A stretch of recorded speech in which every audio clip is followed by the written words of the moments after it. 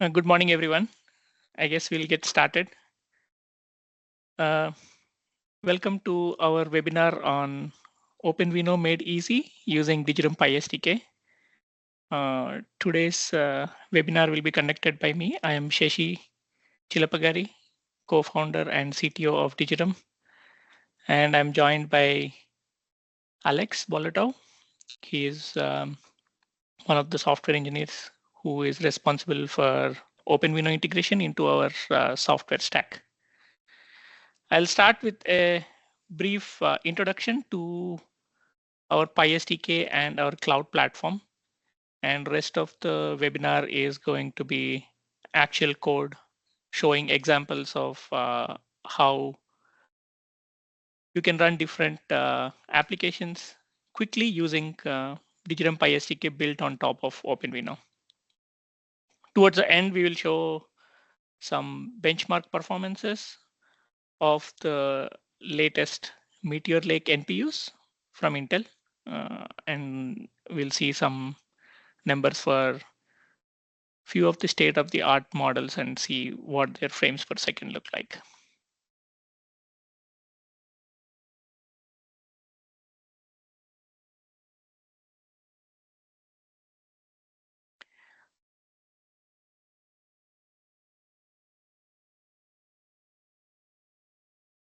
So let me start with a brief introduction to two main components of what we do at DigiRum. We have a cloud platform, and the unique feature of our cloud platform is that it provides access to multiple hardware options in the cloud so that AI developers can start developing their AI applications without investing any time, money, or resources on bringing up hardware. The cloud platform also provides access to hundreds of high quality ML models. In today's webinar, we will see some of these models in action. But more importantly, it provides a compiler tool that allows people to bring in their own models. A simple form in the cloud that allows them to go from a training checkpoint to a deployed model in a single click. And in the future, we plan to make the cloud platform support other parts of the pipeline like collecting and labeling of data, training the models, and once the models have been deployed, improving them all on the same platform.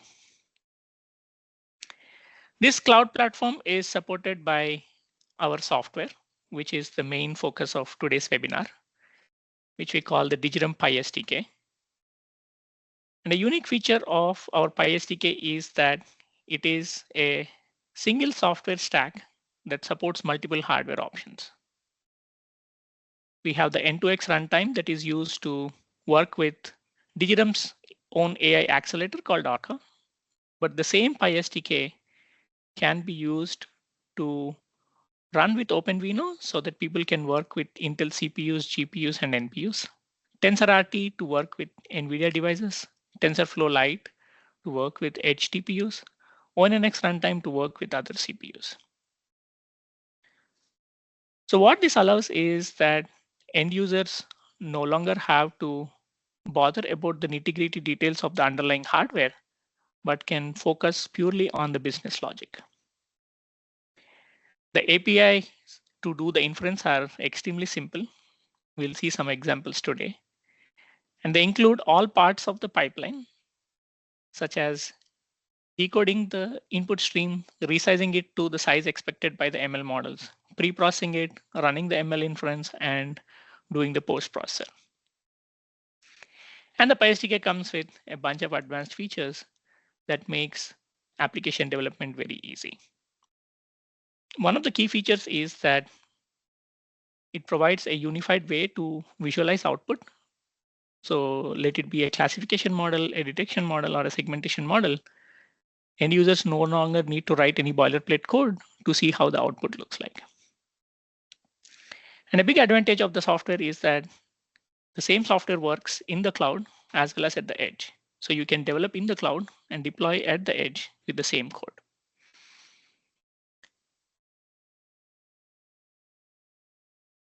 Today, PySDK already supports a bunch of different hardware.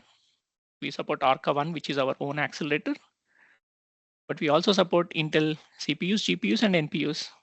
TensorRT, so we support all the NVIDIA GPUs or in a Jetson series, AMD CPUs, SoCs from NXP using the TF Lite runtime, IMX8 plus, IMX93,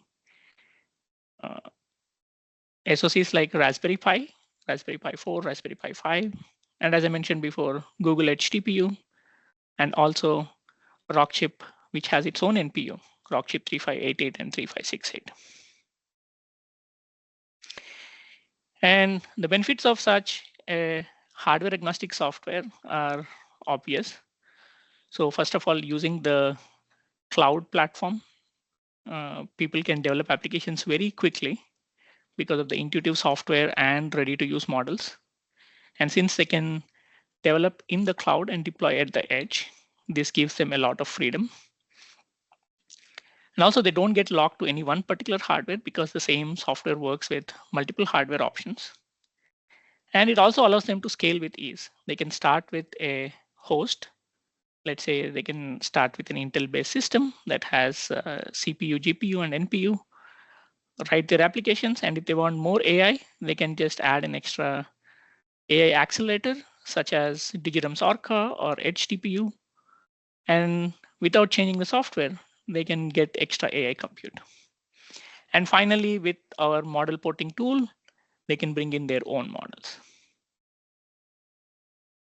So with this intro out of the way, I would actually move on to the next part, which is actually showing how the software works. And today's focus will be on OpenVino. So all the models that we are going to run are going to be on CPUs. And towards the end, we will also show models running on the latest generation Intel's NPUs. So we first start with the cloud. So how you can start running your first inference in under a minute. After the webinar, we will share this notebook so that everybody can run the same examples by themselves. So whatever code you see here, that's the only code required to run the demo. And we'll kind of go through one of these codes line by line. And after that, you will see that the same code can be repurposed for many other applications. So we have a load model API. So the DeGirum PySDK is a Python package that you can simply pip install by the name DeGirum. And it has a load model function that takes in a model name, an inference host address. So the inference host address means where is the hardware that runs the model? Where is it located? Is it in the cloud? Is it local? Or is it in a local area network and running as a server elsewhere? Then we have a zoo URL. So model zoo URL is just a place where we store multiple models. And finally, we have a token to access resources in the cloud. So you load the model and then you have an image source. Here I give an image URL, but you can give an NumPy array, you can give path to a local image, or you can give a URL. And once you have the image source, you can get the inference results just by running the forward path of the model. So model of image source will give you the inference result, and then you can visualize the inference result just by saying display.show image.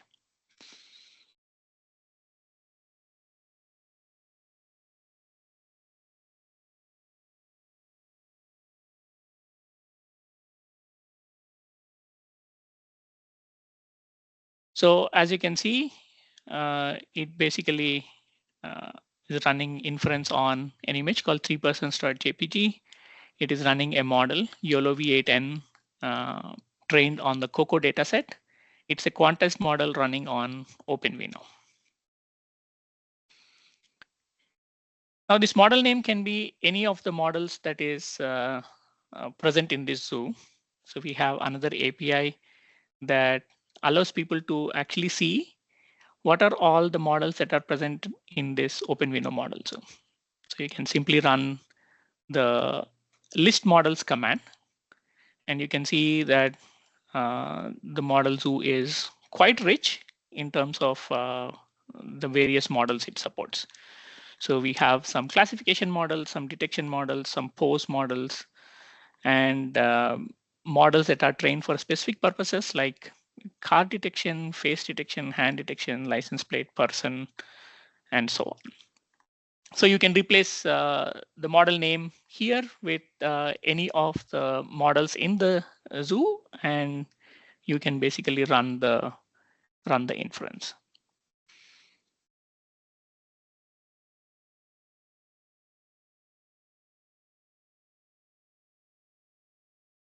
The next feature we would like to highlight is what I was mentioning before, how you can develop in the cloud and deploy at the edge. So for example, we showed previously this example of inference host address being the cloud and running some inference. Now you can simply change the inference host address to, I have here a local PC with NPU, and I can just change the inference host address to the NPU PC and then run the same code. So basically it shows, again, exactly the same model, no change in the code just by changing the inference host address.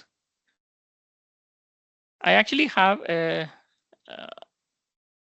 Docker running OpenVino, so I can even run localhost, which means that the inference server is running on the same machine as the client.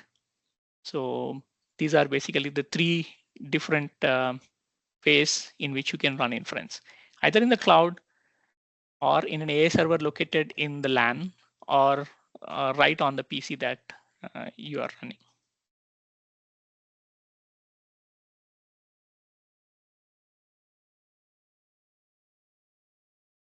And as I mentioned before, one of the key features of PySDK is that you can run different model types with the same code.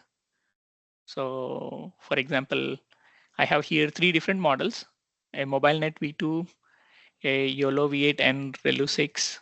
That's basically a detection model trained on Coco, and then a segmentation model that's basically also a YOLO V8N. And again, without changing any code, just by changing the model name. So you can run a classification model that would output basically the top 5 classes and their probabilities. Or you can change it the model to a detection model, and then it will basically run the detection and draw the bounding box. And if you use a segmentation model,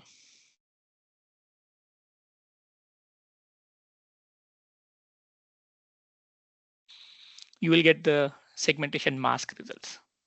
So this basically provides AI developers very simple APIs so that they don't have to keep on writing boilerplate code to visualize outputs of different types of models.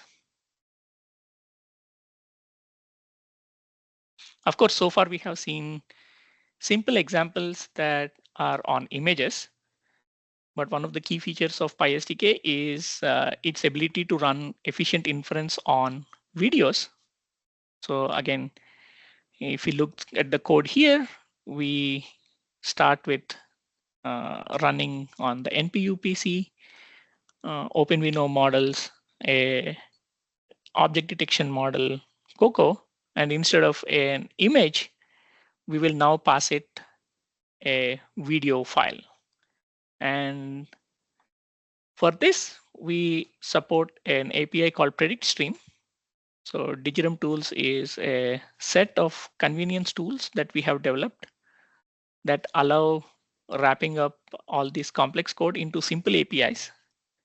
So that means when you have a video file, somebody needs to decode the video file, resize it, send it, get back the inference, show the output. And not only that, you have to pipeline these efficiently so that while you are decoding it, all the other pipeline stages are still running. So the predict stream takes a model and a video source as an input. So the video source can be a video file, it can be an RTSP stream, it can be the ID of a web camera, or it can be a YouTube video URL.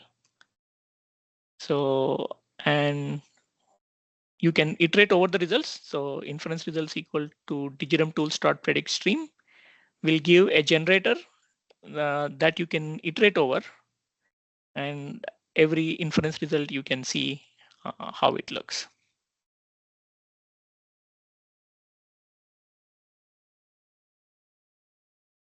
So one thing to mention here is that since the Teams is running, a lot of internet bandwidth is taken by the Teams. So if you actually run it locally, all these demos will be much, much faster.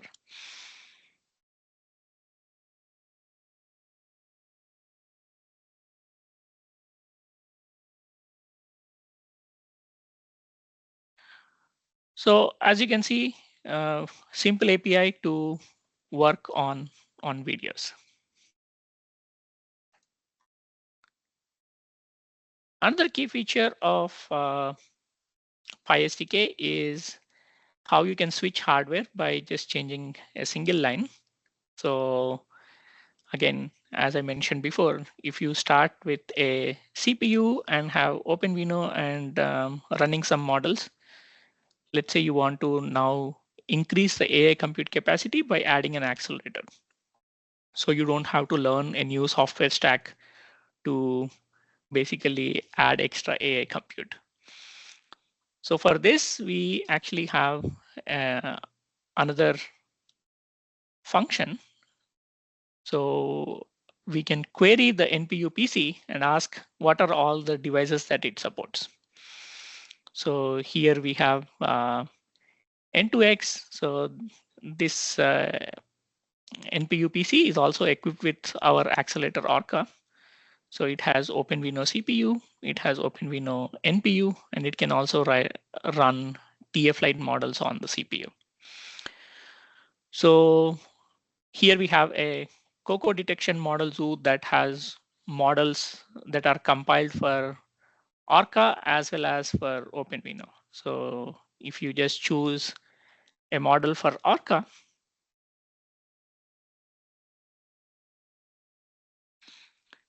exactly the same code runs on a different accelerator.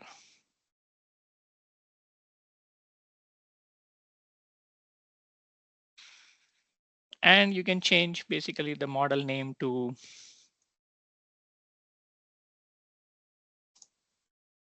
the OpenVino one, and then the model will run on OpenVino. So this type of convenience gives the end user the option to offload models to different hardware based on their performance requirements.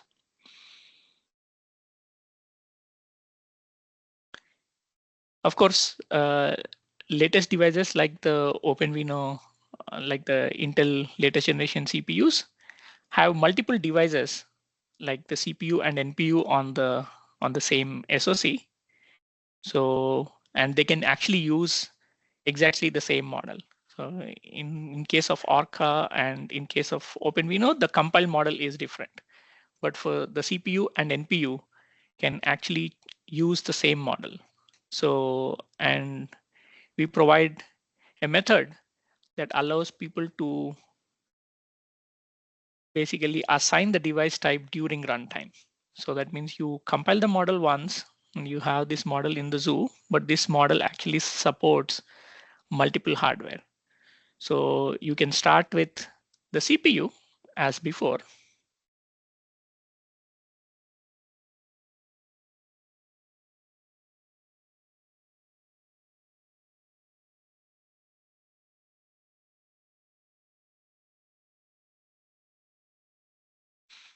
And then simply by changing the device type, you can run the model on the NPU.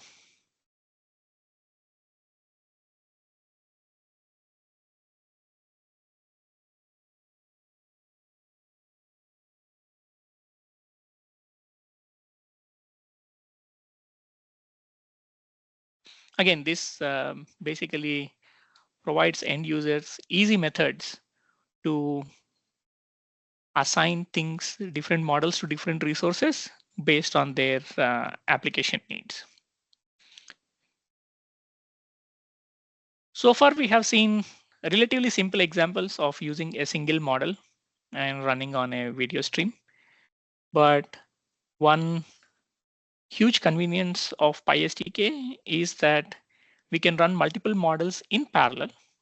So if you have two different models and you want to run them on the same stream, we have a method called a compound model. So for example, here we have model 1, which is a face detection model, model 2, which is a hand detection model.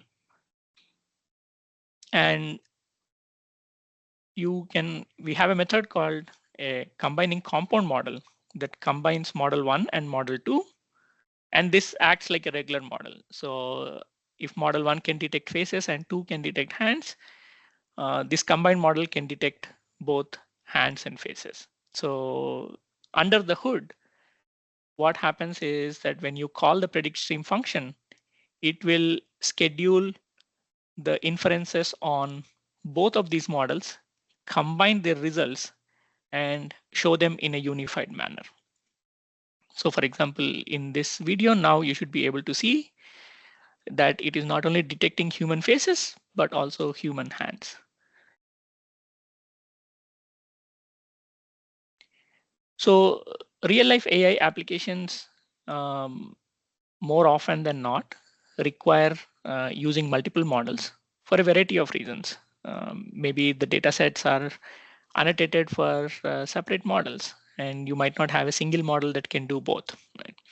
So, and this type of convenience allows people to combine different models in different ways, actually.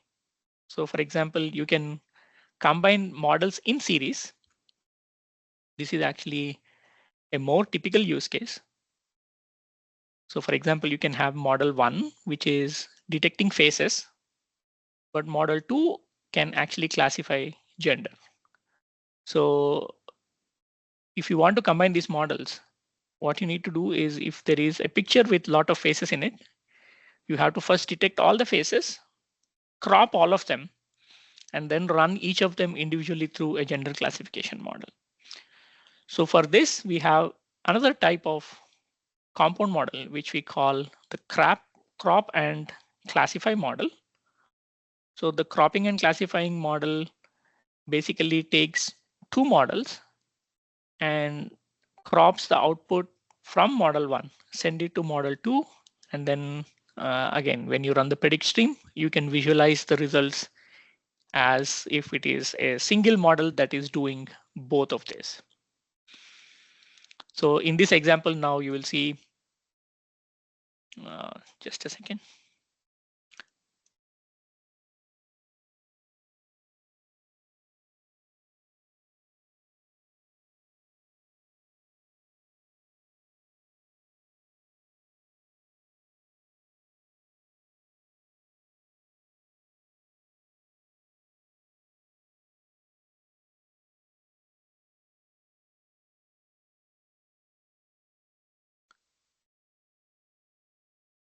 So in this example, you can see that after detecting the faces, it is classifying the gender and showing the results in one common place. So this is what we call combining models in series.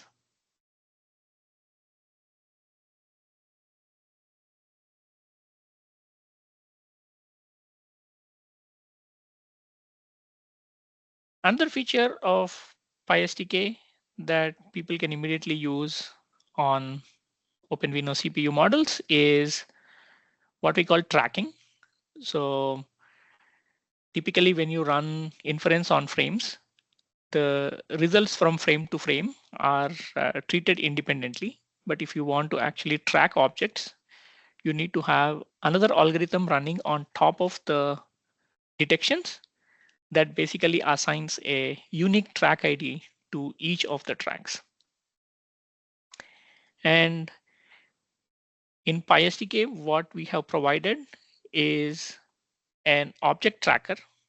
So what you can do is you can define a tracker to track specific objects. So you can say, I want to track cars, and I want to have like a track buffer, which basically says that, how long to remember this, and a trail depth if you want to kind of draw a trail of the tracked object. So once you define a tracker, you can attach this tracker to a model. And when you run predict stream on the model, instead of just getting the detection bounding boxes, now each of the bounding box will also come with a track ID. So this will allow you to basically develop tracking based applications. So here we have a video with some cars moving. And as you can see, each of the car, we are drawing a trail of how it is being tracked. Each of the car gets an ID.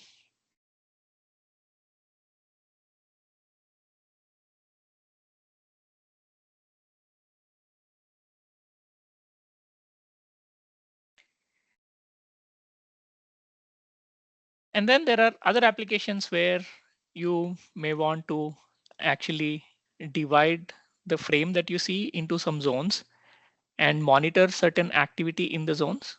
So you might want to count objects in a zone or get an alert if some object enters a zone that nobody is supposed to be there, and so on. So we also support what we call a zone counter as an analyzer.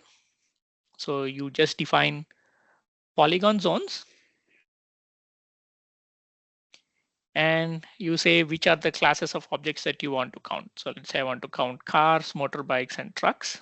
So these are all the classes in the COCO dataset.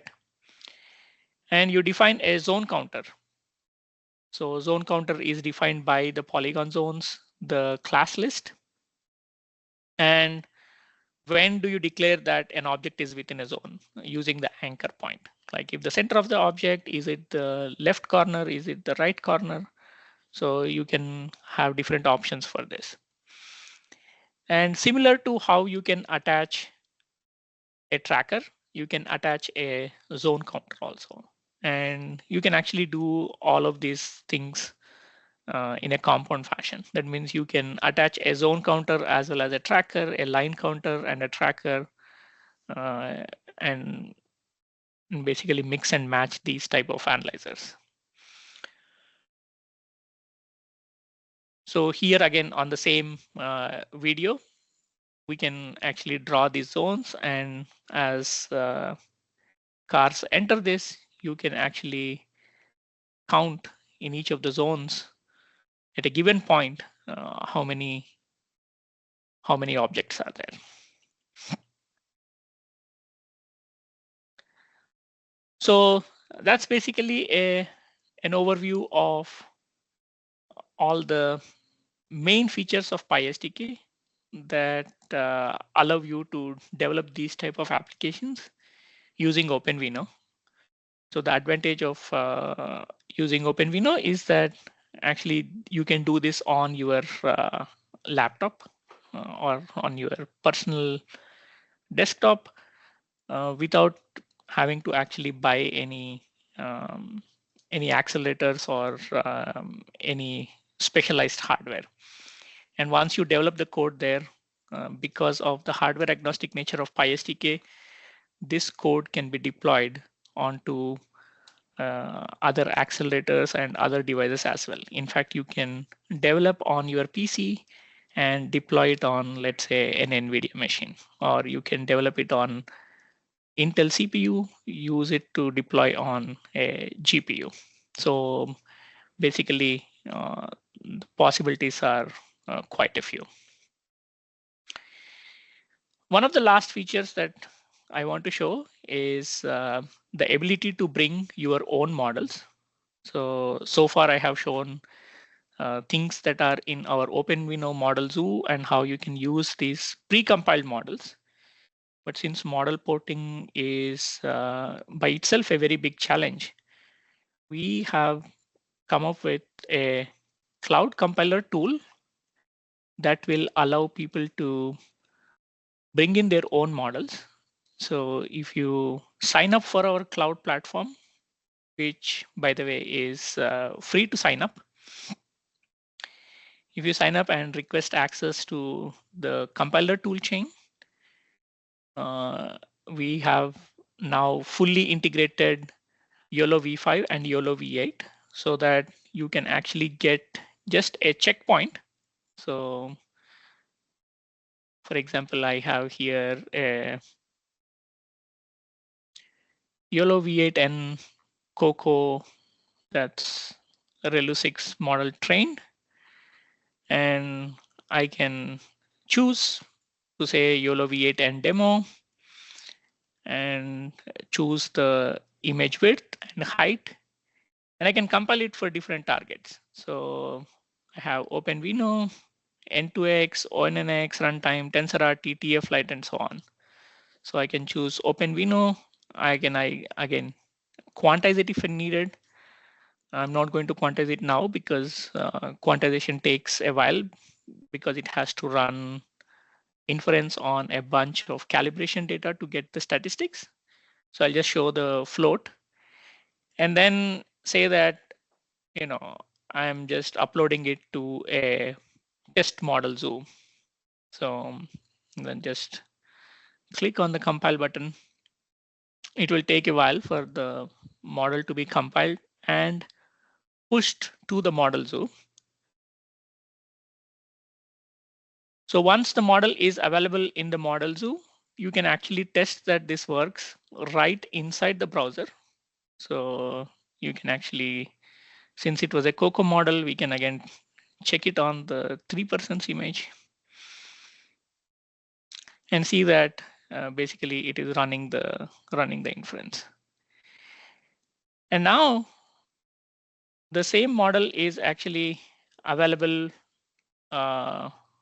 for you to use on your NPU PC. So that means this is actually, once the model is in the model zoo, then it is immediately available for deployment. So that means I can actually now run this piece of code. Now I'm saying that get the model from this model zoo URL and use this model name.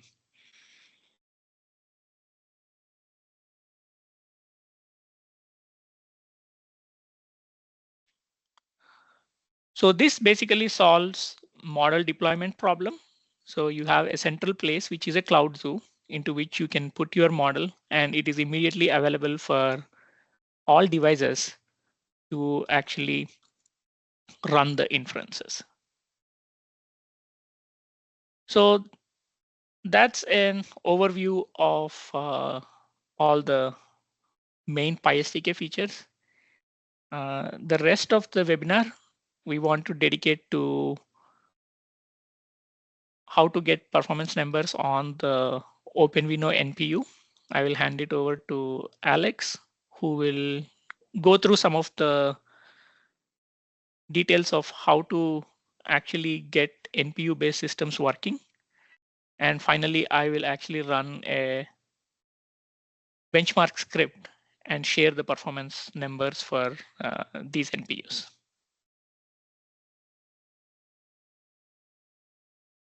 Alex, over to you. Okay. Hi, everyone. So here I have a completely freshly installed Linux machine, Ubuntu machine, with an NPU on it, a Meteor Lake Intel NPU. And I'm just going to walk you through setting up PySDK in such a way that it can run models on both the OpenVino CPU and OpenVino NPU. So let's get into it. So first thing I want to really quickly mention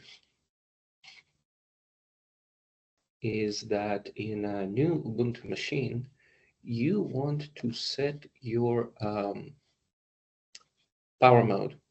performance power mode, from balanced to performance. It actually makes a difference. Okay, now with that out of the way, as I said, this is a completely freshly installed Ubuntu system. So we'll start by just installing the basic PySDK. And we'll do that in a virtual environment. So let's create our virtual environment.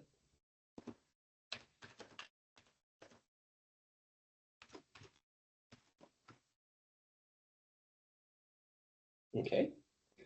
Now we can activate it.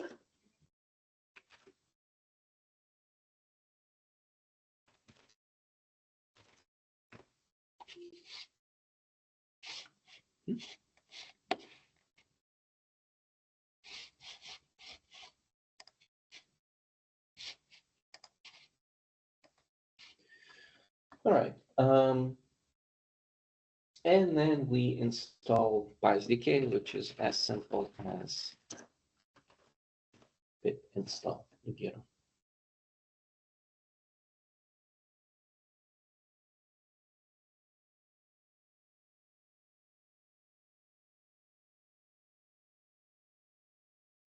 So as part of PySDK, we have a couple of auxiliary functions that help sort of troubleshoot PySDK. And one of them that's really useful when you're running, trying to run hardware on a local machine is the sysinfo function. This basically lists all the hardware that's available to PySDK right now. And so we run it, and we see that we have CPU provided through the N2X runtime and CPU provided through TF Lite. Of course, this makes sense. My machine doesn't have work installed, and we haven't done any of the actual OpenVino setup yet. So this is to be expected. So let's set up OpenVino. Now we have all of these instructions on our website, docs.degirum.com, but I'm just gonna run them live for you guys. So let's make the folder for OpenVino.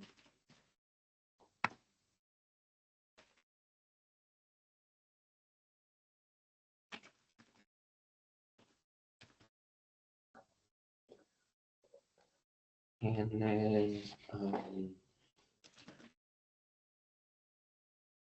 I have already pre-downloaded all of this stuff onto this machine beforehand, so we don't actually have to download it.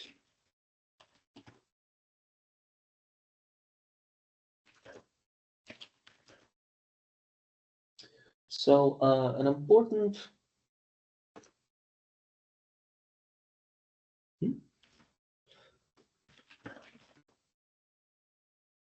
wait, what?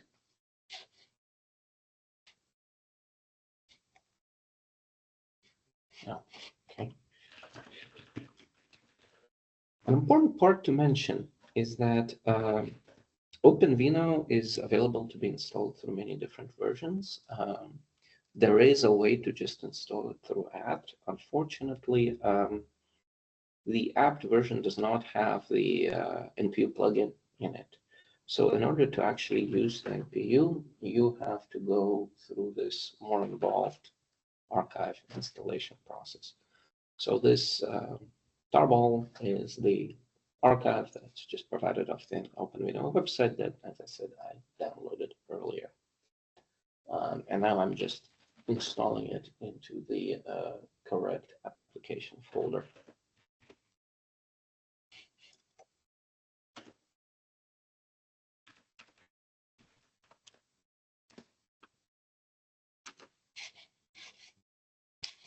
Can't actually see the bottom line there that I'm typing because of the Teams thing. Okay.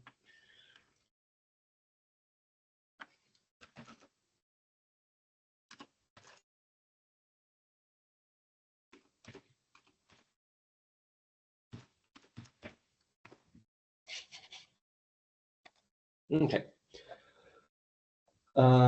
So now we've installed the basic archive of OpenVino. And OpenVino has dependencies that needs to be installed. We are on Ubuntu 2024, and this is our recommended operating system for running NPU. Unfortunately, OpenVino up until version 24.2 that just came out very recently did not officially support Ubuntu 24. So while they provide a script to install these dependencies that they need, it complained that it doesn't know what Ubuntu 24 is, so we have to patch it, and we are hosting the patch script. Luckily, with the release of Ubuntu or OpenVino 2024.2, hopefully this will no longer be necessary, but right now it is. So I also have this script pre-downloaded.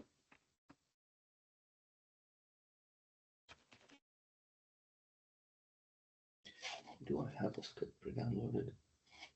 I do.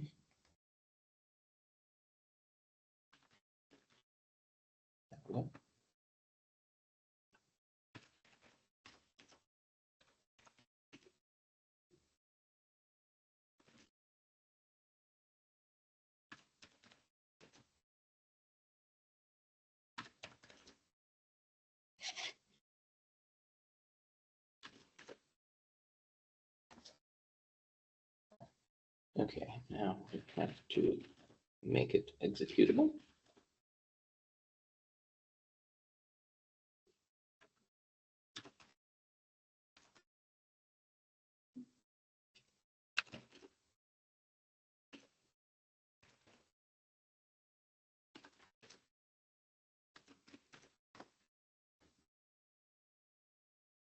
And now executed.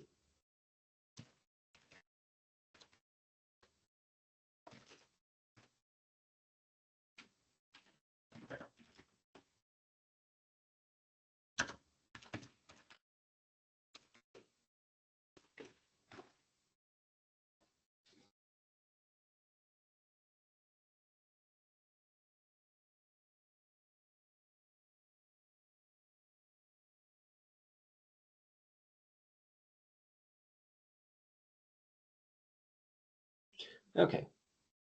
Part of the requirements for working with the archive installation of OpenVino is that they provide the script that sets up certain environment variables in order for OpenVino to function, in order for the software to find OpenVino libraries. And this is something that absolutely needs to be done. Every time you launch a new shell, you need to execute the script that sets up these variables. So let's do it.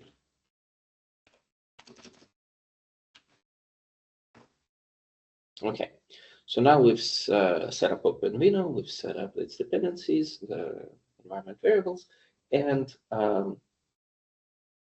we've initialized it. So now if we run DeGirum sysinfo, oh look, we now have access to CPU inferences through OpenVino. It's recognized it, but not NPU yet. For NPU, we need to install the NPU driver and NPU runtime support libraries on the system. So let's do that.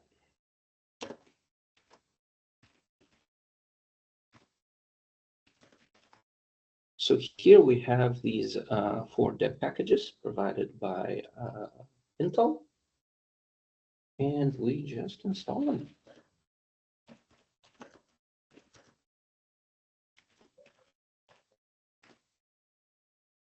Okay.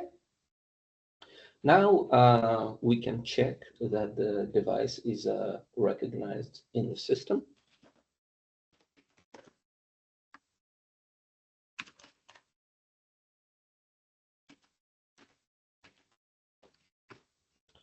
So this is the device representation of the Intel NPU. And one thing that I'd like to point out here is that the device is owned by the root user and part of the render group, which is how access is provided to it. And this is a common kind of stumbling block for people. Because if we check our user here, we're not part of the render group. So we currently cannot use the NPU. So let's fix that.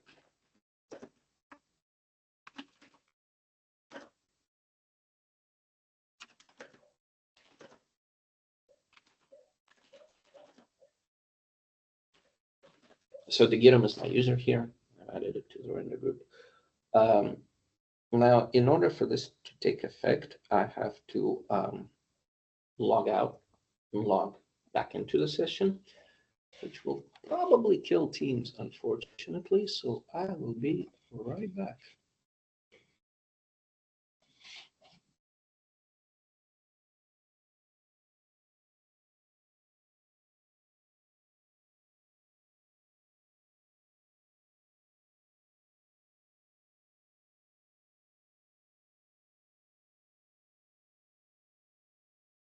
Okay, while we wait for Alex to come back.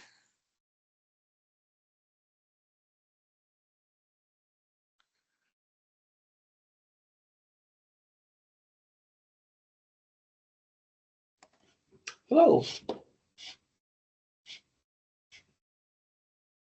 you guys hear me? Yes, Alex. Okay, so let's get back to it.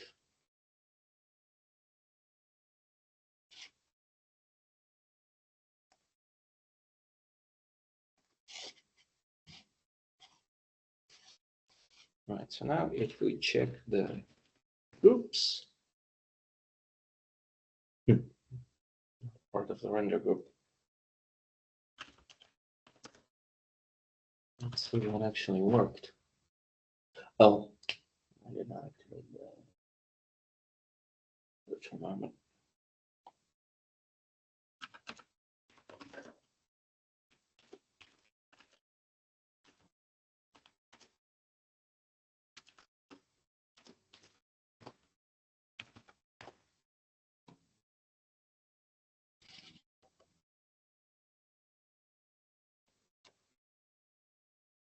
Yeah, so we're not part of the group and we don't see the NPU device, which is a little strange.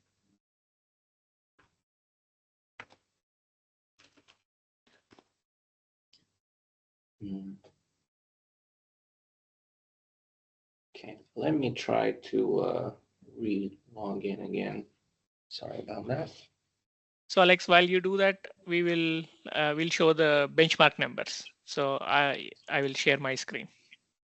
Okay, sure.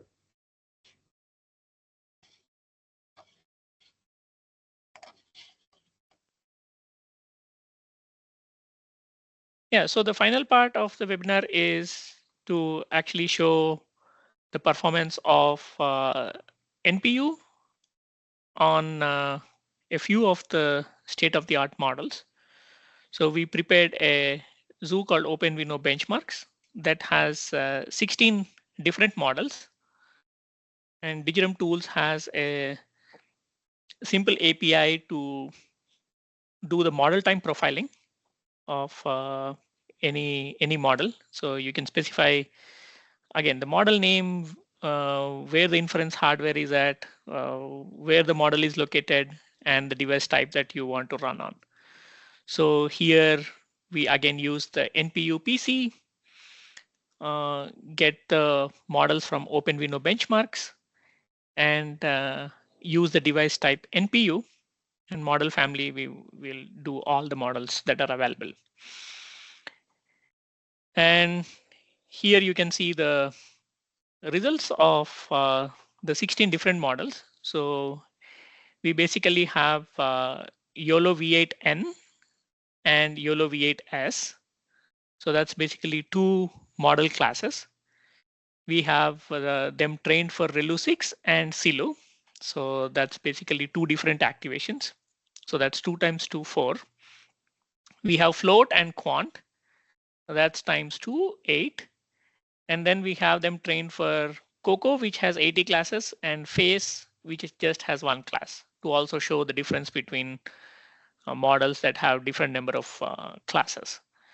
And as you can see, the YOLO V8N FACE quant, that basically has the highest performance, reaching about 240 frames per second. This is the observed FPS. So that means actually this is the wall clock time to run these inferences. And it already shows some trends. So if you compare YOLO V8N FACE, the quant version, and the YOLO V8S quant version, so 240 frames per second versus 152. Again, this is even though S has about 3x more compute than N.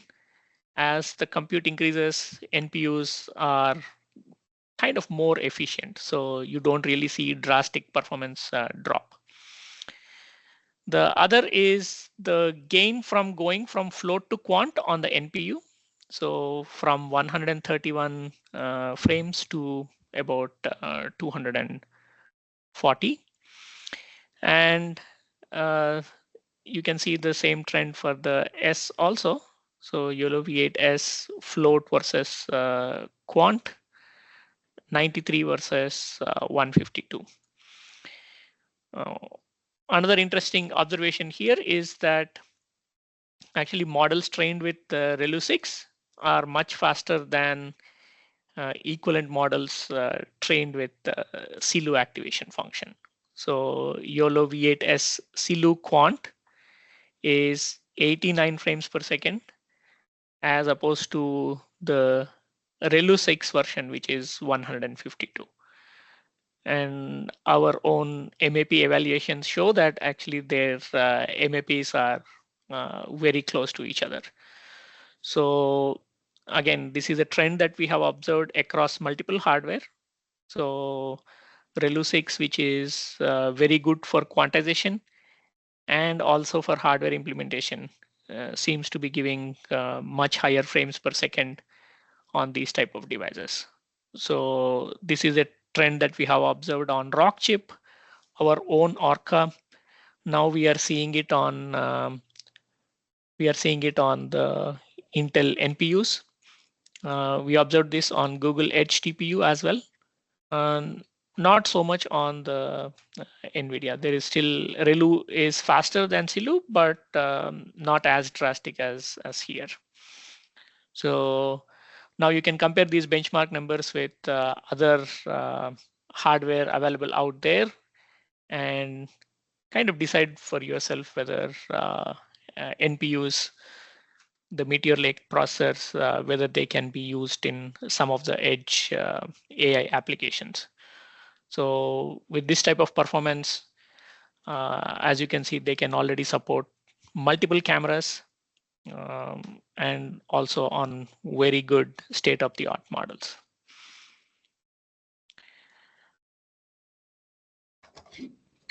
Okay, and I've actually gotten the group thing.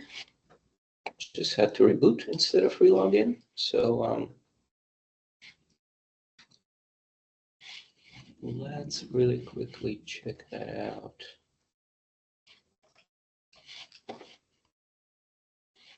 Okay, do you guys see the terminal? Yes. Okay, so here I want to, can't underemphasize this, you gotta call the environment variable setup for the OpenVino, which I've done. And now we can check groups again. And the render group is there. And so when we now run the DeGirum system4, we have output for the NPU. So now we have 4 different devices in the system that we could run, that we can run inferences on. And so that pretty much concludes the OpenVino setup. Thank you. Thank you, Alex. Thank you, everyone, for attending the webinar. We have a couple of more minutes if anybody has questions. I think we already answered a couple in the chat, but you can go to the Q&A and ask questions. We'll wait for 2 more minutes and then close the webinar.